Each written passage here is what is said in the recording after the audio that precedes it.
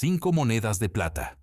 Eso era lo que valía una vida apache en el Arizona de 1881.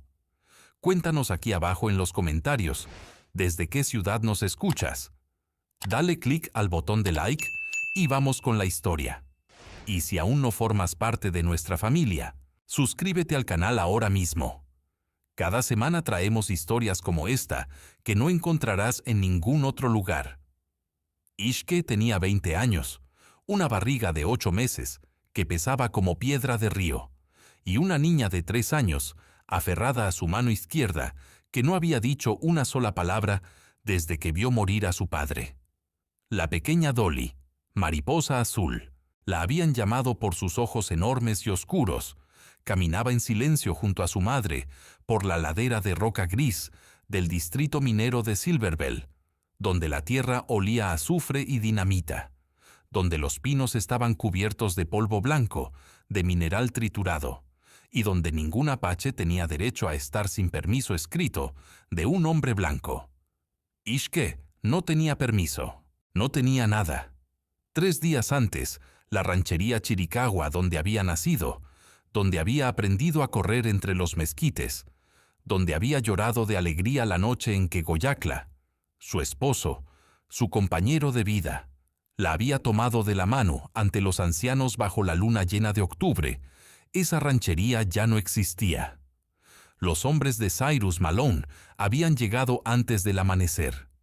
No eran soldados del ejército regular, eran peones de rancho, vaqueros contratados, algunos borrachos todavía de la noche anterior, armados con rifles Winchester y una orden escrita por el propio Malone, que los autorizaba, según él, a limpiar la tierra de intrusos. ¿Intrusos? Así llamaba Malone a los Chiricahua, que llevaban generaciones viviendo en ese valle. Goyakla había intentado hablar, había levantado las manos, había dicho en el español que había aprendido comerciando con los mexicanos del sur, que ellos eran pacíficos, que tenían mujeres y niños, que podían hablar con cualquier autoridad federal.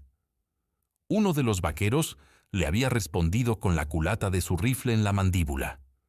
Lo que siguió después, Ishke no podía pensarlo sin sentir que el suelo se movía bajo sus pies. Se lo habían llevado. No lo habían matado allí.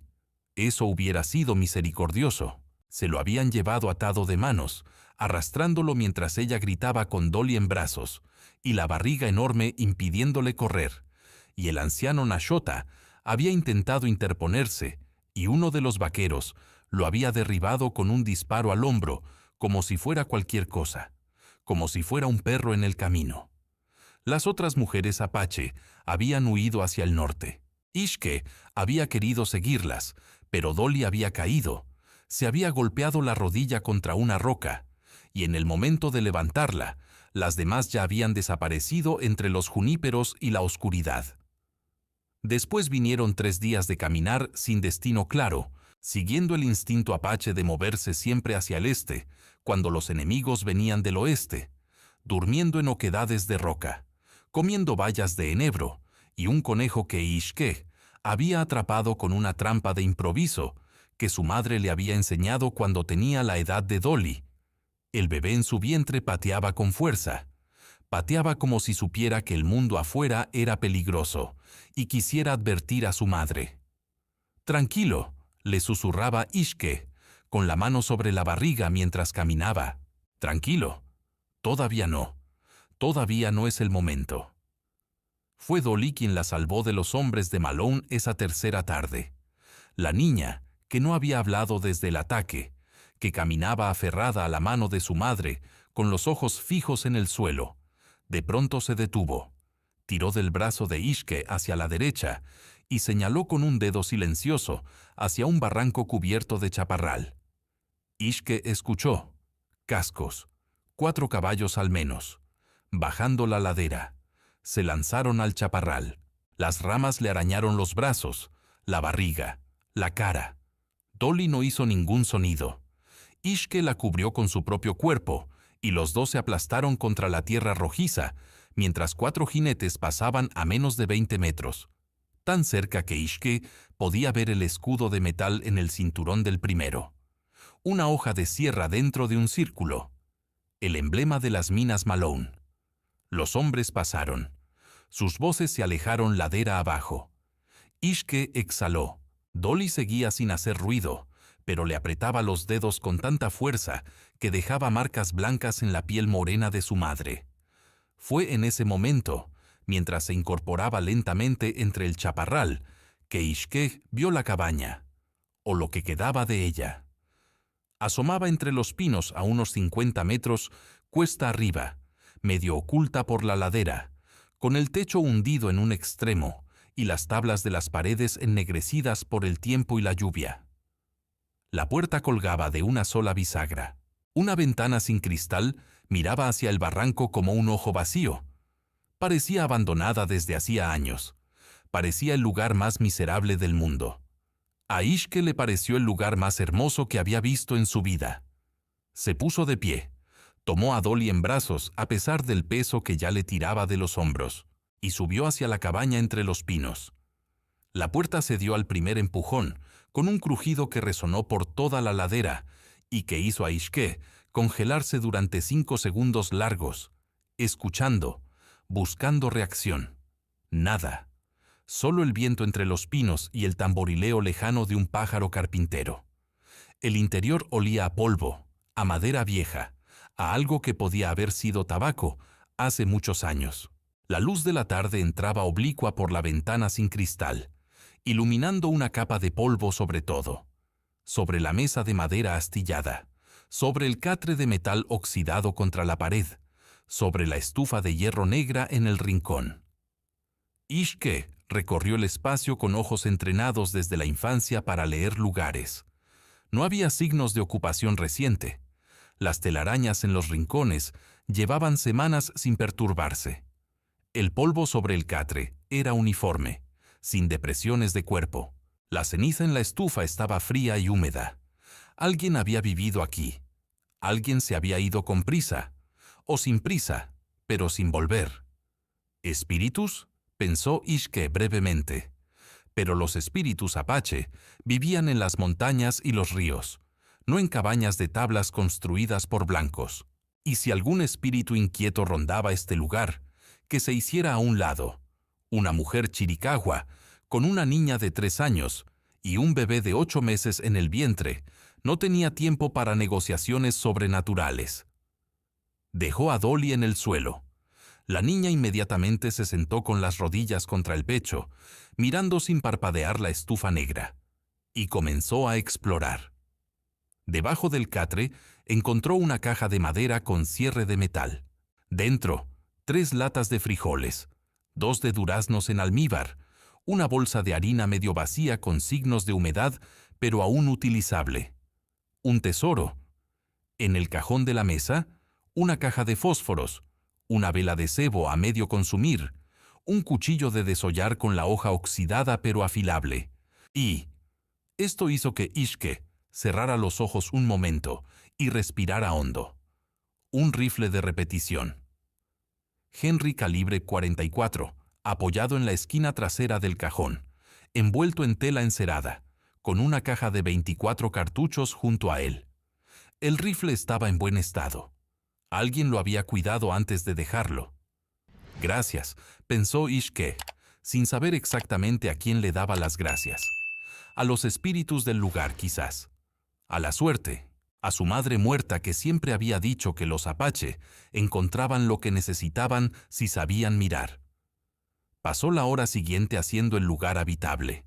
Barrió el polvo con ramas de pino. Verificó el techo. El hundimiento era en el rincón izquierdo, pero el resto sostenía. Tapó la ventana con su manta. Probó la estufa. El tubo de humo estaba obstruido a medias, pero con cuidado se podía usar sin que el humo fuera visible desde lejos, si encendía solo de noche. Abrió una lata de frijoles. Los calentó directamente sobre los carbones con los fósforos. Puso a Dolly frente a la estufa con la lata entre las manos. La niña comió. 2 bocadas. 3. 4. Luego levantó los ojos hacia su madre por primera vez en 3 días. «Mamá», dijo Dolly, solo esa palabra.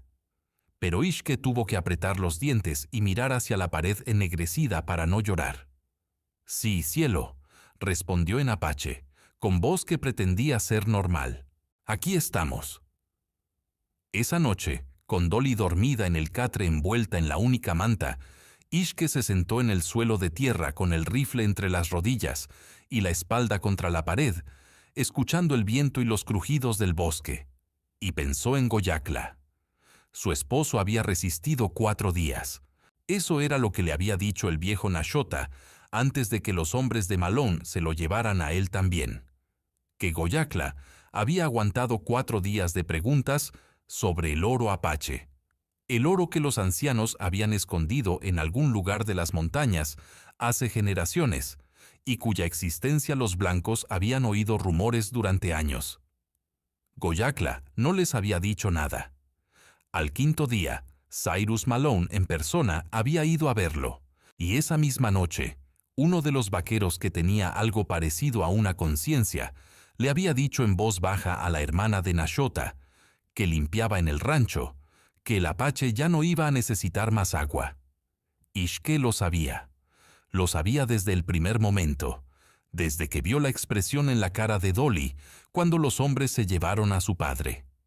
Los niños apache saben cosas que los adultos se niegan a ver.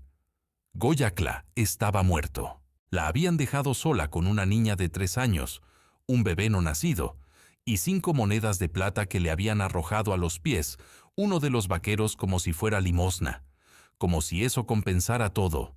5 monedas. Lo que valía una familia apache en el Arizona de 1881. El bebé pateó. Fuerte, preciso, como si también él supiera lo que su madre estaba pensando. No. Ishke apretó la mandíbula. No voy a llorar esta noche. Esta noche no. Afuera, entre los pinos plateados por la luna, una lechuza llamó. Una sola vez. El llamado de la noche apache. Ishke cerró los ojos y escuchó hasta que el bosque volvió al silencio. Los días que siguieron le enseñaron a Ishke el ritmo exacto de la supervivencia, cuánto podía moverse sin cansarse demasiado, cuánto tiempo podía dejar a Dolly sola mientras exploraba el perímetro, cómo cocinar sin que el humo fuera visible después del amanecer, cómo tender trampas en los senderos del bosque sin dejar olor humano que alertara a los animales. El 9.º mes de embarazo había llegado. El bebé había bajado. Ishke lo sentía en la presión diferente sobre su pelvis, en los calambres que le cruzaban la espalda cada mañana, en el modo en que el niño parecía haberse aquietado, preparándose. Su madre le había enseñado a partearse sola si era necesario. «Ojalá nunca lo necesites», le había dicho. Pero una mujer apache que no sabe hacerlo es una mujer apache a medias.